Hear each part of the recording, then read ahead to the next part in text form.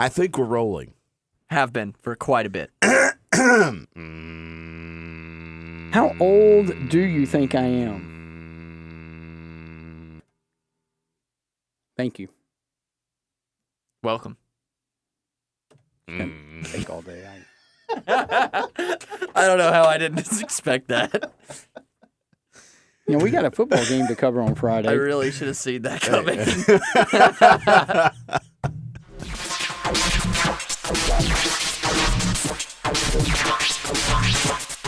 Welcome to another edition of Access Sports Weekly here on AccessWDUN.com. Bo Wilson alongside Jeff Hart and our producer, Seth Chapman, who's in front of his camera. Actually, he's behind that camera and in front of that camera. So, how are you, fellas? I'm fine. It's a good thing we're doing this because Ben Hall asked me, when are y'all doing your next show? Did he? He did. Really? He asked me when we were, because I think he wanted me to, because there have been questions about the non-field goal. Okay, well, we're going to talk. We're going to get to that today. So I'm just letting you, Coach, we're going to get there. We actually have Coach on the show via phone interview, our Jeff interview on his phone. But we got a lot of stuff here on the show today. We've got Coach Burst from East Hall. We've got Flowery Branch Coach Ben Hall, as well as Gainesville Coach Heath Webb going to be on the show today. Also, Seth's picks, and we'll talk about our top 3 games of the week. And we'll name the coveted Will Hart Team of the Week. We've got 3 very good candidates for the Will Hart Team of the Week. We may go to a tiebreaker again this week. Perhaps we will. I'm not sure. Just for the folks listening at home and watching at home, just in case you didn't pick it up, I'm sure you did, but in case you didn't pick it up, the Will Hart Team of the Week, Will Hart being Bo Wilson and Jeff Hart's combo name. It's a combo. Either that or we're shipping you two now. Shipping? Shipping. What are we shipping? Oh, boy. Well, we know how he is under pressure now, Bo. Our first pop culture update of this web series, my friends. Shipping is when... I thought it was like when you send something, as you in ship relationship. As in like a couple's ship name. See, now, the pop culture in the sport world, ship means a championship. We're going to the ship. Wow.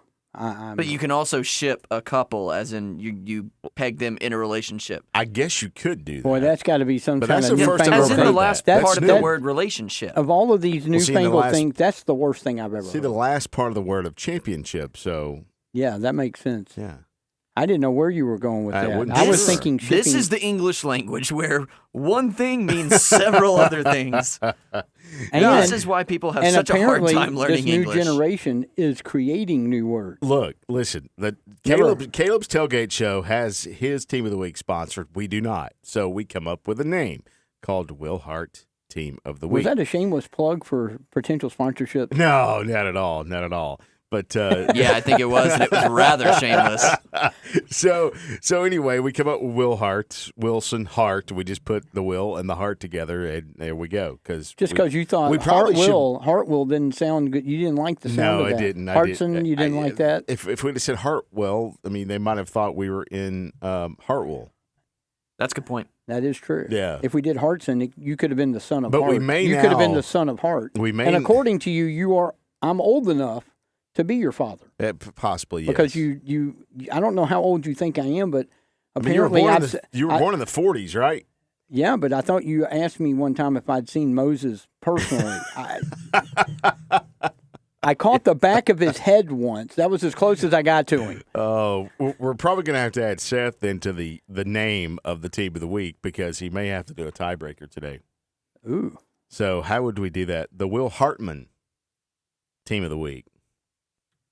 You can just call it Will Hart. You can just call it Will Hart. That didn't work for him, apparently. I will add my unsolicited opinion. Are the Will Chap Or solicited, Hart. whichever. Okay. All right. Well, anyway, let's get on with the show today. Of course, last week, Jeff, I think the biggest topic to talk about is the Flowery Branch game where they traveled to Blessed Trinity and they lost in overtime again. Ended the game in the same score, the regulation game, 14-14. But one of the plays in that game was an opportunity to kick a field goal or to convert for the first down for Flowery Branch. Now, It was 4th and inches inside the 10, I believe. It was 4th and inches, and from what it sounded like to me, it should have been a first down. Well, you said you weren't you watching it? I was listening to it. From all accounts of what I've heard from several people, some involved in the game, some watching, not a good spot. Right. But I think we were listening to that, or me and Seth were listening to it, and I believe I told Seth, I said, you got to kick because you're not going to get the call on 4th and inches at Blessed Trinity.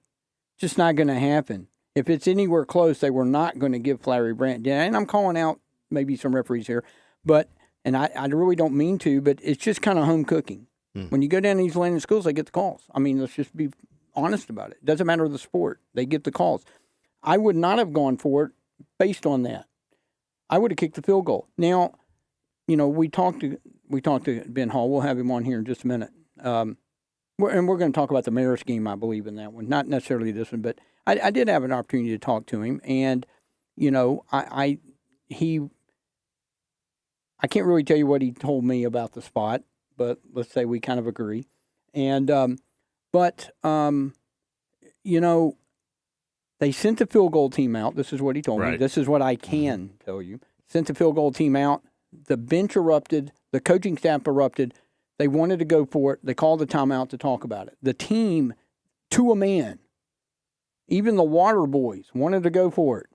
So they went for it. I don't have a problem with the call. I just knew that if it was close, they weren't going to get it. And there was their opportunity right there to win the game. Right. Let's rewind to that point that you're talking about. Right. All right. So it was 3rd down in less than a yard. From what Gene and Brian set up on radio on AM 550 last week. It was 3rd and less than a yard. I'm thinking to myself at that point, okay, I might go for it here. And you always hear coaches or you always hear people say, if you can't get a yard, blah, blah, blah, blah. Right. So it's 3rd and half a yard. So I believe the play was Jason Ellingham got the ball and he leaped over. Now, how do you not get a half yard? I don't know. Well, that's nothing on Ellingham. And if it's anything, it's on the officials because at that point in the game, you need a half a yard to get a first down.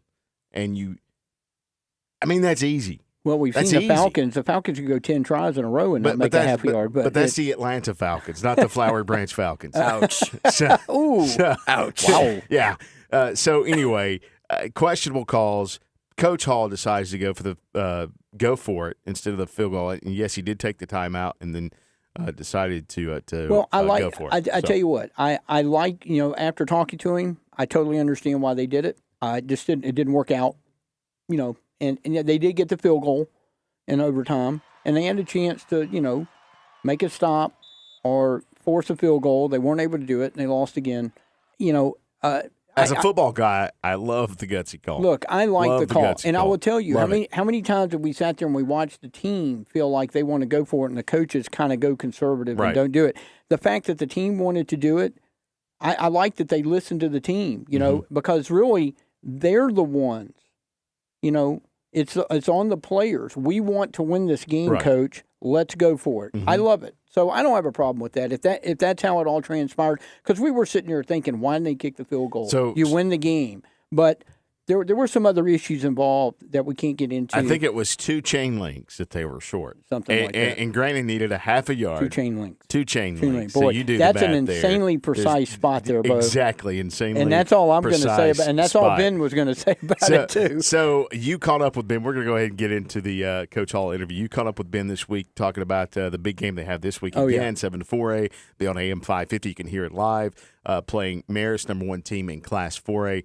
And, of course, you kind of rehashed the field goal thing with Coach Hall. A little bit. We didn't really we kind of touched more on it off the record. Okay. A little bit. There was a brief mention about it in the interview that we did. To ask him, how he came to that and gave me the answer. But I tell you, there's a big difference this year compared to last year. Last year they entered this game and they had been battered and beaten by Blessed Trinity. Which kind of set them on their path of, just they didn't have anybody left Right. at the end of the season. Came out unscathed pretty much. Normal nicks and bruises for a football game. Nobody's going to play football and not go ow at some point. So, but no major injuries. Going into this game, he thought this was the tougher game, Marist, than Blessed Trinity. They went, to me, again, they went toe-to-toe with the two-time defending state champ, who is still really good, according to Ben Hall. The demise of Blessed Trinity because they lost the game, oh, heaven forbid, apparently is exaggerated. He said they're just as good as they have been. And they went toe-to-toe, probably Right. should have won the game again. Mm-hmm. So you got to like them. Last year they went into this Marist game with several key defensive guys out. It wasn't just the offense, but they lost a bunch of defensive guys last year, and that played a factor. This year they're healthy. The defense is playing hard, playing fast, hitting hard. Had a chance to talk to one of the defensive players for a story that we're going to be putting up. So I like I like them in this game. I like them. So talk to Ben Hall about Marist, and this is kind of what he had to say as far as a preview. What do you think are probably going to be the keys of this game? Well, I don't know that you can truly stop Marist. They're balanced and more balanced than they have been in the past. They have a quarterback in Connor Sigelski who's up for State Player of the Year, and he's a great runner and he can throw the ball. And they have some deep threat receivers, and you couple that with their big physical offensive line and the triple option that they're known for. How important is this game? Well, every game at this point of the season is important, especially when you're talking region championships. And Marist is the team that's been circled, and they're very talented. And if in order to have a shot at the region title, we need to win this game Friday, and then we need to beat a Denmark team, and then we need a little help from Marist to knock off a Blessed Trinity team, and then it goes down to the tiebreaker, which I know all you guys love. In order to have a shot at the region championship, which that would be great, yes, we do need to win the game. But this region is respected and is recognized as one of the most talented regions in the state of Georgia, all classifications. Every game's important. All right, so Coach Ben Hall, of course, everything's still in front of Flowery Branch as far as, things go. Huge game for them on Friday against Marist. We're going to have a full story of that game coming up on or later on this week on Access WDUN. It's Friday game night, Paige, so make sure you check that story out with interviews from Coach and a couple players you had in there as well. David Reynard, who I'm going to tell you, interviews like he's been a part of the the Atlanta Falcons for years.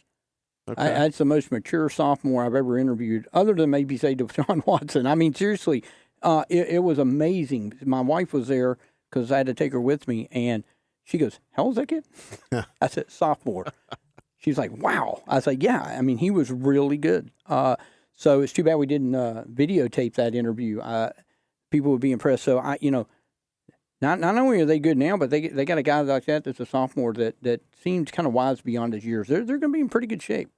Well, that, again, games on AM 550. You can check it out on Friday. Brian and Gene will have the call of that game. Now to the fun part of the show where we throw it over to Seth as Seth gets to kind of reminisce and find some highlights from, last week in week number 9. So, Seth, did you have fun on Friday? Oh, yeah. Had a lot of fun on Friday and where I was at, which was Jefferson. Oh, yeah. Jefferson was a really fun atmosphere and just always nice. I want to know if the one play I mentioned to you made the Seth's picks. Well, you're about to find out on Seth's Picks.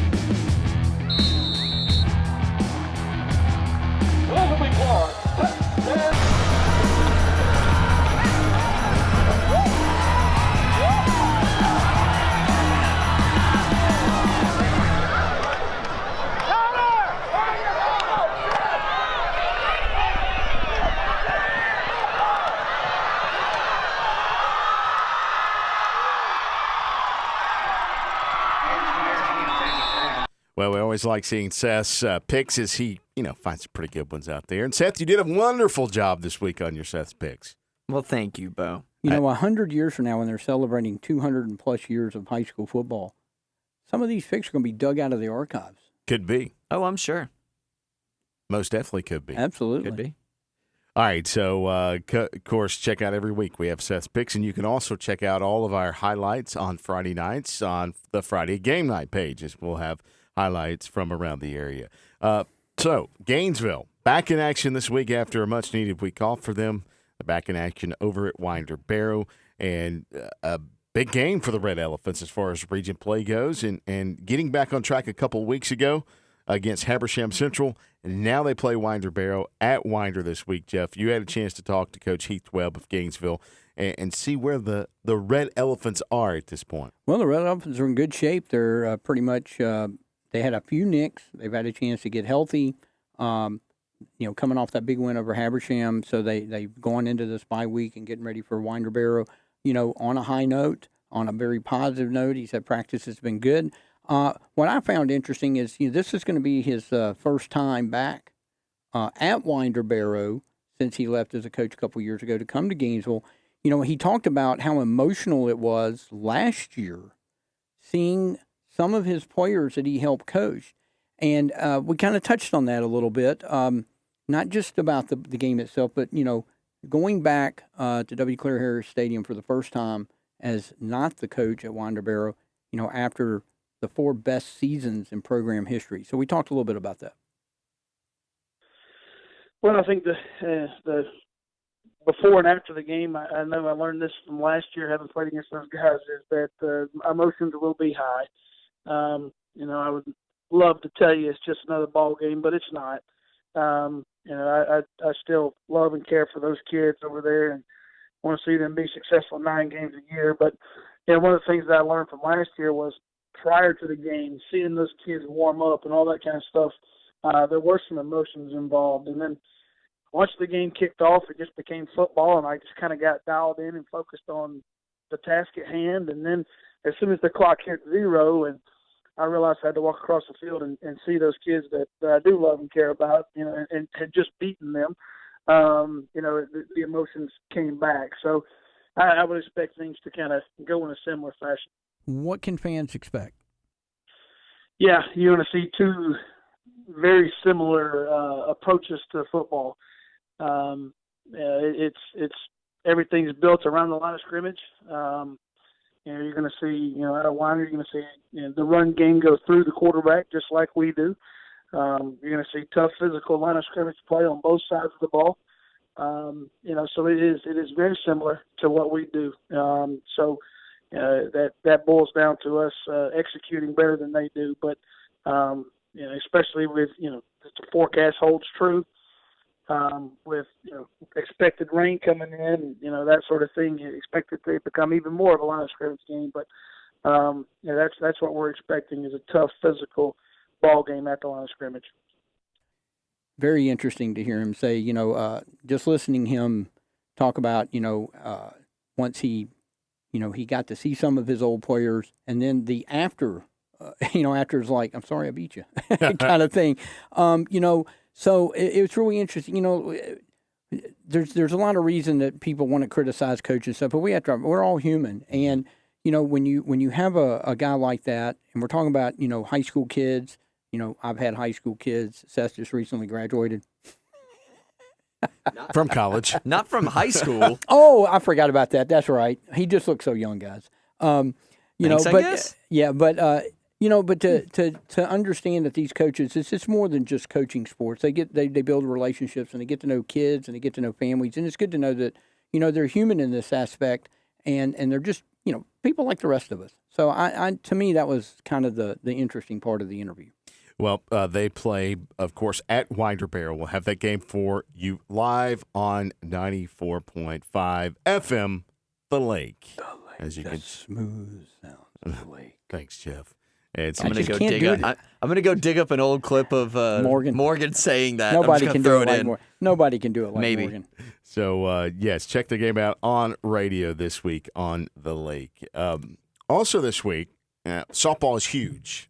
right now in the area is the I would think so. Elite Eight. Softballs Is are starting. bigger than normal baseball. We got That's right, six that's right. teams spread out over 5 classifications playing for state titles. Yes, and one of those teams, East Hall, their first trip ever to the Class 3A quarterfinals or Elite Eight or tournament play, ever how you want to call it. It's a double elimination bracket play for to get to the state championship. They're going to face Jefferson coming up on Thursday, and they have played. a They very played. tough bracket. Jefferson was a state runner-up last They year. have a very tough bracket. They played Jefferson earlier in the season as well, so they know Jefferson. And Seth and I, we got out to East Hall earlier this week to talk to Coach Burse about East Hall and about East Hall, calming the nerves, getting in there and doing what they do, scoring. I mean, they've got the best scoring offense left in the state. They've got the top defense left as well. So a lot of things moving forward for East Hall, a lot of things in their favor. As Coach Burse says, if we can just go in there, get the nerves out of the way and do what we do and play East Hall Viking softball. Jefferson, they've been there before, of course, like we just said, and they compete. And they know they're not going to give up. They're not just going to give us the game. We're going to have to go play our game, and we're going to have to take it. Some people have looked past Jefferson thinking, hey, they're not going to be as good this year and things like that. But when you've been somewhere and you've done things that they've done, why? You got nothing to lose. So just go compete, and that's what they're going to do. First of all, my team, they're going, and all these girls are going to Columbus the first time. So we know there's going to be nerves. It's just taking those nerves and channel them and use them for the good, and understand they don't have to take over you, and it doesn't hurt anything. You should be nervous going into anything, whether you've been there or not. If we get that first game out of the way, I think it's going to go a long ways for us as far as us being a young team and releasing that nervous energy and taking away some of it gives the confidence we need going into the next few games. Even though they're young, they do have a belief that they can win and win at any bat. And then even at the last bat with 2 outs, they can go get it, and that's the way I believe in our offense. And, of course, Coach Burse, as always, a great interview just talking about, the many players, Macy Banks, the ace pitcher for them. She's been, I think her ERA is like 1.6. Right. I mean, it's insane. So they got her, they got Abigail Brown, Hardison. I mean, they have about 5 or 6 straight through the lineup. They're going to be a tough out. Jefferson's going to be a tough out, but they beat Jefferson 2-1 in the regular season. So, it took a while for them to knock the door down, and I think he's absolutely right. The nerves. I've been to Columbus many times to cover some of these state title games, and that's usually what the teams that haven't gotten down there, it is completely different than your average weekly girls softball at your home park. There are some people that come to the game, but when you go down to Columbus, I mean, you've got 8 games going all the time. There are hundreds, thousands of people down there watching these games.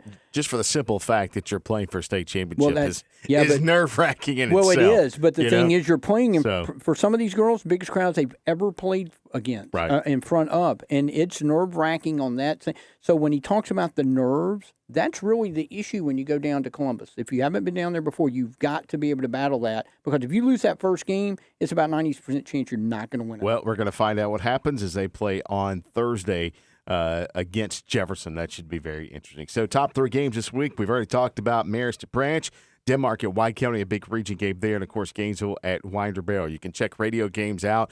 5:50 again, Marist at Flowery Branch. 102.9, North Hall will travel to Lumpkin County. And, again, on 94.5 FM The Lake, you can find Gainesville at Winder Barrow. Now, to the I guess the favorite part of the show, the Will Hart's Team of the Week selection process.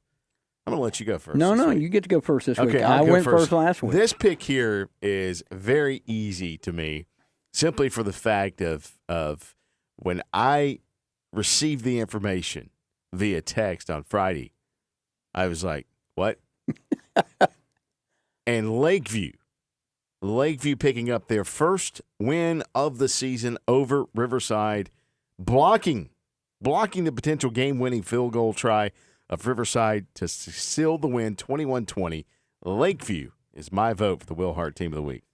it's hard to argue against that. And has I feel like you're going to. has Coach Gruen figured out how that happened yet? Because he wasn't. He asked. That's exactly he was what he asking, said. He asked us how that happened. We're like, you were there. We don't know. It's and Nicholas Garrett at Riverside is probably trying to figure that out as well. That's a great pick. But you know what? I'm actually going to go with Bluff, Cherokee Bluff, because back-to-back wins. No doubt. And here's the thing. As big as that Lakeview win was, Bluff is in the middle of the playoff race in their second season. And, we come into the season, the big question is, will they get a win? We looked at their schedule. It's insanely tough. Not only have they gotten their first win, they got their first region win, right. and now they've gotten back-to-back region wins. They are in the thick of the playoff race. So I'm going to go with Bluff because, I just think to see them in the middle of this after what they had to go through last year, I'm kind of jumping on board the Bears. So I'm going to go with that. We're going to have to throw it to old Chapman over there and see what he's going to do because he's going to be the tiebreaker this week. Seth, what you got, man? Well, it's a really, really hard choice. Two great showings from two really good teams. You got Bluff being still a very new team.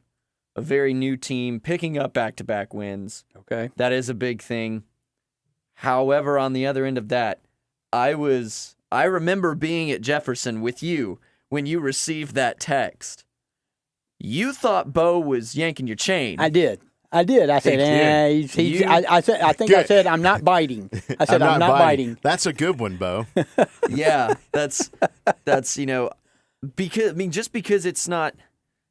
it was like out of the blue. Yeah, it just felt so out of the blue, and I'm gonna have to go with Lakeview over Riverside. You lose again, Jeff. It's okay. I alone thought they out were on that both really good. I'm Mr. Lonely. I have nobody. Perhaps that's our background music for the segment. No.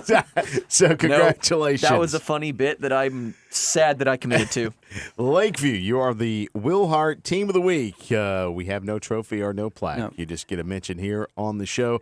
And no offense, Coach Gruen, really. I'm sorry, but it was like a 1A and a 1B. No, look, I agree with what you're talking about with Cherokee Bluff. I mean, 2 wins in a row, big win over East Hall, 2 big wins, like as far as scoring goes. Oh, yeah. Them.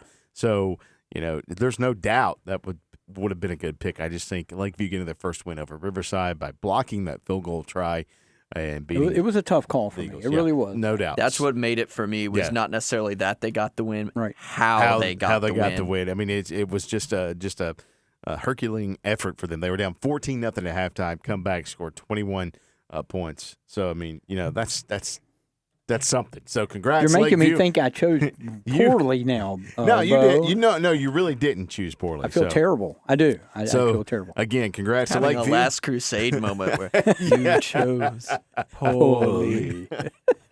Wait, am I fixing to get old and turn to dust all of a sudden? You already are. So, you beat me to it by that much. That much, Bo. Once again, congrats, Lakeview, Wilhart Team of the Week. As we wrap the show up here Am I bleeding? today, I got tagged pretty good there. For Jeff Hartz and Seth Chavin, our producer, I'm Bo Wilson. Enjoy the rest of your week, everyone. Why is the duct tape on the bottom of that? That's an interesting story. That's a real interesting story. I kind of broke it. I have a feeling we're going to hear it. What happened was I was walking back from You were in Blue Ridge, right? No. Oh. Okay. I was at a Lakeview game, and I had it on my little shoulder rig thing. Right. And I tried to go the fast way down that really steep hill near the tennis courts. You slipped. I fell. I straight up fell in front of a bunch of people, and it was really, really embarrassing. Were you recording at that time? No, I really wish I kind of wish I would have. Did you find out that's not the fast way? Actually, I mean, probably was. It's faster when you fall. Yeah.